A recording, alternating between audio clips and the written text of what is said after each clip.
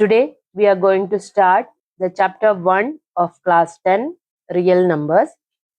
അപ്പോൾ ആ class start ചെയ്യുന്നതിന് മുമ്പ് ഒരു ഇൻട്രൊഡക്ഷൻ പോലെ നമ്മൾ ഇതുവരെ ഡിഫറെന്റ് ടൈപ്സ് ഓഫ് നമ്പേഴ്സ് പഠിച്ചിട്ടുണ്ട്.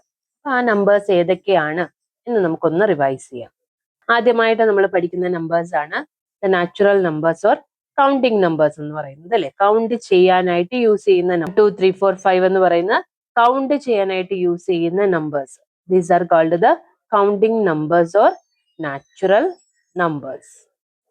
അപ്പൊ അതിനെ ഡിനോട്ട് ചെയ്യാൻ നമ്മൾ യൂസ് ചെയ്യുന്ന ലെറ്റർ ആണ് ക്യാപിറ്റൽ ലെറ്റർ N. ആൻഡ് ഈ കൗണ്ടിങ് നമ്പേഴ്സിനോടൊപ്പം തന്നെ ഒരു സീറോയും കൂടെ ആഡ് ചെയ്ത് കഴിഞ്ഞാൽ ഇതിനെ പിന്നെ എന്താ വിളിക്കുക? The zero together with the natural numbers that are called the whole number system. അതിനെ എന്ത് പേരിൽ വിളിക്കും? They are called the whole numbers and it is denoted by using capital letter W.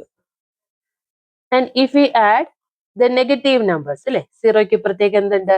Negative numbers ഉണ്ട്. -1, -2, -3 എന്ന് പറയുന്ന negative numbers ഇങ്ങോട്ടുണ്ട്. അപ്പൊ ഈ negative നമ്പേഴ്സും സീറോയും positive numbers ഇതെല്ലാം കൂടെ ചേരുമ്പോൾ ഇതിനെ എന്താ വിളിക്കുക? They are called the integers. It is denoted by using capital letter Z. ഇനി ഈ നമ്പേഴ്സിനോടൊപ്പം തന്നെ ഫ്രാക്ഷൻ ഫോം, അതായത് p/q ഫോം, 1/2, 1/3 അല്ലെങ്കിൽ 2/4, 2/7, 3/5 ഈ രീതിയിൽ p/q ഫോമിൽ എഴുതുന്ന ഫ്രാക്ഷണൽ ഫോമിൽ എഴുതുന്ന നമ്പറും കൂടെ ചേർന്ന് വരുമ്പോൾ ഇതിനെല്ലാം കൂടെ ചേർത്ത് വിളിക്കുന്ന പേരെന്താണ്? They are called the rational numbers. They are called rational numbers and it is denoted by using the letter Q. ഈ റാഷണൽ നമ്പർ അല്ലാതെ നമ്മൾ കഴിഞ്ഞ 9th പഠിച്ചിട്ടുണ്ട് കുറച്ച് നമ്പേഴ്സ്, അതായത് ഈ p/q ഫോമിൽ എഴുതാൻ പറ്റാത്ത numbers. That are the √2, √3, √5, pi എന്ന് പറയുന്ന കുറച്ച് നമ്പേഴ്സിനെയൊക്കെ കുറിച്ച് പഠിച്ചിട്ടുണ്ട് അല്ലെ. ആ നമ്പേഴ്സിനെ മാത്രം വിളിക്കുന്ന പേരാണ് they are called the irrational numbers. ഇനി ഈ എല്ലാ നമ്പറും, അതായത് ഈ ഫുൾ റാഷണൽ നമ്പറും ഈ ഇറാഷണൽ നമ്പറും ഇതിനെല്ലാം കൂടെ ചേർത്ത് വിളിക്കുന്ന പേരാണ് real numbers and it is denoted by capital letter R.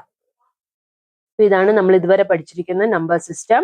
First നമ്മൾ പഠിച്ചേക്കുന്ന നാച്ചുറൽ നമ്പേഴ്സ് ആണ്, അതായത് counting numbers 1, 2, 3, 4, 5 etcetera are called the natural numbers. ആ നാച്ചുറൽ നമ്പേഴ്സിനോടൊപ്പം സീറോയും കൂടെ ചേർന്ന് വരുമ്പോൾ they are called the whole numbers.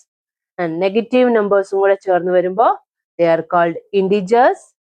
And fraction ഫോമിലുള്ള നമ്പേഴ്സും കൂടെ ചേർന്ന് വരുമ്പോൾ അതിനെ വിളിക്കുന്ന പേരാണ് റാഷണൽ നമ്പേഴ്സ്. അപ്പൊ ഇതെല്ലാം റാഷണൽ നമ്പർ ആണ്. നാച്ചുറൽ നമ്പർ എന്ന് പറഞ്ഞാലും ഹോൾ നമ്പർ എന്ന് പറഞ്ഞാലും ഇൻഡിജേഴ്സും എല്ലാം എന്താണ്? റാഷണൽ നമ്പേഴ്സിൽ വരുന്നതാണ്. ഇനി ആ ഗ്രൂപ്പിൽ വരാത്ത മറ്റൊരു തരം നമ്പേഴ്സ് ആണ് ഈ റാഷണൽ നമ്പേഴ്സ് എന്ന് പറയുന്നത്. ഇനി ഈ ഇറാഷണൽ നമ്പറും ഈ റാഷണൽ നമ്പറും ഇതിനെല്ലാം കൂടെ ചേർത്താണ് നമ്മൾ എന്തെന്ന് വിളിക്കുന്നത്? Real numbers. അപ്പൊ റിയൽ നമ്പേഴ്സ് എന്ന് പറയുമ്പം അതിനകത്ത് നാച്ചുറൽ നമ്പർ വരും, ഹോൾ നമ്പർ വരും, ഇൻഡിജർ വരും, റാഷണൽ ആൻഡ് ഇറാഷണൽ നമ്പേഴ്സ്. എല്ലാ നമ്പേഴ്സിന്റെയും കൂടെ ഗ്രൂപ്പിനെ വിളിക്കുന്ന പേരാണ് റിയൽ നമ്പേഴ്സ്. അപ്പൊ ഈ നമ്പേഴ്സിനെ കുറിച്ചാണ് നമ്മൾ ഈ ചാപ്റ്ററിൽ പഠിക്കാൻ പോകുന്നത്. പിന്നെ അടുത്തതായിട്ട് നമ്മൾ പഠിക്കാൻ പോകുന്നത് prime numbers and composite numbers ആണ്. അപ്പൊ ഇവിടെ കുറച്ച് നമ്പേഴ്സിനെ പ്രോഡക്റ്റ് ഓഫ് നമ്പേഴ്സ് ആയിട്ട് എഴുതിയിട്ടുണ്ട്. അതിൽ ചില നമ്പേഴ്സിനെ 1ന്റെയും ആ നമ്പറിന്റെയും മാത്രം പ്രോഡക്റ്റ് ആയിട്ട് റെപ്രസെന്റ് ചെയ്യാൻ പറ്റുന്നുള്ളൂ അല്ലെ. അതായത് 2, 3, 5, 7 ഈ നമ്പേഴ്സിനെ product of 1 and that number itself എന്ന് മാത്രമേ റെപ്രസെന്റ് ചെയ്യാൻ പറ്റുന്നുള്ളൂ. അതായത് ആ നമ്പേഴ്സിന്റെ ഫാക്ടേഴ്സ് എന്ന് പറയുന്നത് ആരാണ്? 1ഉം ആ നമ്പറും മാത്രമാണ് അതിന്റെ ഫാക്ടേഴ്സ്. അങ്ങനെയുള്ള നമ്പേഴ്സിനെ വിളിക്കുന്ന പേരാണ് prime numbers. The numbers that have only 2 factors, 1 and that number itself are called the prime numbers. ഇനി ബാക്കി നോക്കൂ. 4നെ 1 into 4 എന്നും റെപ്രസെന്റ് ചെയ്യാം, 2 into 2 എന്നും റെപ്രസെന്റ് ചെയ്യാം. അപ്പൊ 4ന്റെ ഫാക്ടേഴ്സ് വരുമ്പോൾ ആരൊക്കെ വരും?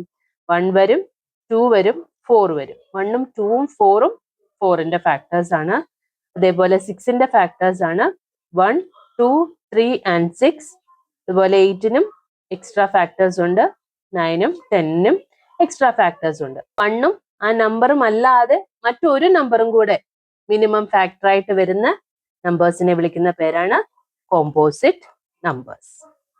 ഓക്കെ, അപ്പോൾ പ്രൈം നമ്പേഴ്സ് എന്ന് പറയുമ്പോൾ അതിന് 2 ഫാക്ടർ മാത്രമേ കാണുള്ളൂ, 1 and that number itself. Composite number more than 2 factor. 1ഉം ആ നമ്പറും അല്ലാതെ എക്സ്ട്രാ ഒരു ഫാക്ടർ എങ്കിലും ഉണ്ടെങ്കിൽ അതിനെ നമ്മൾ വിളിക്കുന്ന പേരാണ് കോമ്പോസിറ്റ് നമ്പേഴ്സ്. അപ്പൊ ഇവിടെ ഈ 1 എന്ന് പറയുന്നത് 1ന് ആകെ ഒരൊറ്റ ഫാക്ടറേ ഉള്ളൂ. അപ്പൊ അത് പ്രൈം നമ്പറിന്റെ ഗ്രൂപ്പിലും നമ്മൾ ഉൾപ്പെടുത്തില്ല, കോമ്പോസിറ്റ് നമ്പറിന്റെ ഗ്രൂപ്പിലും ഉൾപ്പെടുത്തില്ല. So 1 is neither a prime nor a composite number. Prime ആവണമെങ്കിൽ മിനിമം 2 ഫാക്ടർ എങ്കിലും ഉണ്ടായിരിക്കും. പക്ഷെ ഇവിടെ 1ന് ആകെ ഒരൊറ്റ ഫാക്ടറേ ഉള്ളൂ, 1 it self. So 1 is neither a prime nor a composite number. അടുത്തതായിട്ട് നമ്മൾ പഠിക്കാൻ പോകുന്നത് ഫണ്ടമെന്റൽ തിയറം ഓഫ് അരിത്മെറ്റിക് ആണ്.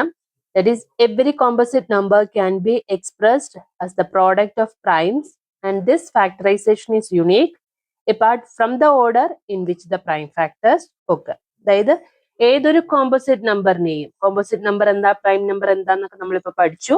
അപ്പൊ അതിൽ ഏതൊരു കോമ്പോസിറ്റ് നമ്പറിനെയും പ്രൈം നമ്പേഴ്സിന്റെ പ്രോഡക്റ്റ് ആയിട്ട് നമുക്ക് റെപ്രസെന്റ് ചെയ്യാൻ സാധിക്കും. അതേപോലെ ആ റെപ്രസെന്റേഷൻ എന്ന് പറയുന്നത് യുണീക്ക് ആയിരിക്കും എന്നുള്ളതാണ് ഫണ്ടമെന്റൽ തിയറം ഓഫ് അരിത്മെറ്റിക് പറയുന്നത്. ഫോർ എക്സാമ്പിൾ, ഇപ്പൊ നമ്മളൊരു നമ്പർ കൺസിഡർ ചെയ്യാണ് 100. 100നെ പ്രൈം നമ്പേഴ്സിന്റെ പ്രോഡക്റ്റ് ആയിട്ട്, അതായത് നമ്മൾ 100നെ പ്രൈം നമ്പേഴ്സ് വെച്ച് മാത്രമേ ഡിവൈഡ് ചെയ്യാൻ പാടുള്ളൂ. നമുക്ക് ആദ്യം 100നെ 2 കൊണ്ട് ഡിവൈഡ് ചെയ്യാം. So that is equal to 50. Again we can divide it with 2, that is 25. 5, 5. അല്ലേ? So 100 can be represented as 2 into 2 into 5 into 5. അതായത് കോമ്പോസിറ്റ് നമ്പർ ആണ് 100 എന്ന് പറയുന്നത്. 100 can be represented as the product of prime numbers. Prime നമ്പേഴ്സിന്റെ മാത്രം product ആയിട്ട് represent ചെയ്യാൻ സാധിച്ചു. ഇനി അടുത്ത എന്താ പറയുന്നത്? And this factorization is unique apart from the order in which the prime factors occur. അപ്പൊ ഈ പ്രൈം ഫാക്ടേഴ്സ് ഇപ്പൊ ഇവിടെ നമ്മൾ ആദ്യം 2 കൊണ്ട് ഡിവൈഡ് ചെയ്തു, വീണ്ടും 2 കൊണ്ട് ഡിവൈഡ് ചെയ്തു, 5, 5. ഇനി ഈ ഓർഡർ നമ്മൾ ചേഞ്ച് ചെയ്താലും, അതായത് ഇപ്പൊ 100നെ നമ്മൾ ആദ്യം 5 കൊണ്ടാണ് ഡിവൈഡ് ചെയ്യുന്നതെങ്കിൽ എന്ത് വരും? 20 വരും. Again we can divide it with 2 or 5. 5 കൊണ്ടോ 2 കൊണ്ടോ ഡിവൈഡ് ചെയ്യാം. ഇപ്പൊ 2 കൊണ്ടാണ് ഡിവൈഡ് ചെയ്യുന്നതെങ്കിൽ 10. Again we can divide it with 2 or 5. 5 കൊണ്ടാണ് ഡിവൈഡ് ചെയ്യുന്നതെങ്കിൽ ആൻസർ 2. അപ്പൊ ഈ പ്രൈം നമ്പേഴ്സ് നമ്മൾ എടുക്കുന്ന ഓർഡർ എങ്ങനെയായാലും ഇവിടെയും വന്നേക്കുന്നത് എങ്ങനെയാണ്? 5 into 2 into 5 into 2 എന്നാണ്. ഓർഡർ മാറി വന്നാലും ആ പ്രൈം നമ്പേഴ്സിനോ പ്രൈം നമ്പേഴ്സിന്റെ എണ്ണത്തിനോ മാറ്റം ഉണ്ടാകുന്നില്ല. ഇവിടെയും 5 into 5, 5 2 times വന്നു. ഇവിടെ വന്നപ്പോഴും 5 2 times വന്നു. 2 2 times വന്നു. ഇവിടെയും 2 2 times വന്നു. അതായത് ആ ഓർഡർ അങ്ങോട്ടും ഇങ്ങോട്ടും മാറുമെന്നേ ഉള്ളൂ, അല്ലാതെ ആ പ്രൈം നമ്പേഴ്സിനോ പ്രൈം നമ്പറിന്റെ എണ്ണത്തിനോ ചേഞ്ച് ഉണ്ടാകുന്നില്ല. അതുകൊണ്ടാണ് പ്രൈം ഫാക്ടറൈസേഷൻ യുണീക്ക് ആണെന്ന് പറയുന്നത്. Okay, prime factorisation is unique apart from the order. ആ നമ്പേഴ്സ് വരുന്ന ഓർഡറിനെ നമ്മൾ മൈൻഡ് ചെയ്തില്ല എന്നുണ്ടെങ്കിൽ പ്രൈം ഫാക്ടറൈസേഷൻ എന്ന് പറയുന്നത് യുണീക്ക് ആണ്. പിന്നെ നമ്മൾ പറയാറുണ്ട് പ്രൈം ഫാക്ടറൈസേഷൻ ഒക്കെ എഴുതുമ്പോൾ അസെൻഡിങ് ഓർഡറിലാണ് നമ്മൾ എഴുതുന്നത്. അപ്പൊ എങ്ങനെ നമ്പർ വന്നാലും അസെൻഡിങ് ഓർഡറിൽ എഴുതുമ്പോൾ അതായത് 2 ഉണ്ടെന്നുണ്ടെങ്കിൽ ആദ്യം 2 എഴുതും, അതിനുശേഷം 3 എഴുതും, ദെൻ 5. ആ ഒരു രീതിയിലാണ് ആ ഒരു സ്റ്റാൻഡേർഡ് ഫോമിൽ നമ്മളത് എഴുതുന്നത്. അപ്പൊ അങ്ങനെ നോക്കുമ്പോൾ പ്രൈം ഫാക്ടറൈസേഷൻ എന്ന് പറയുന്നത് എന്താണ്?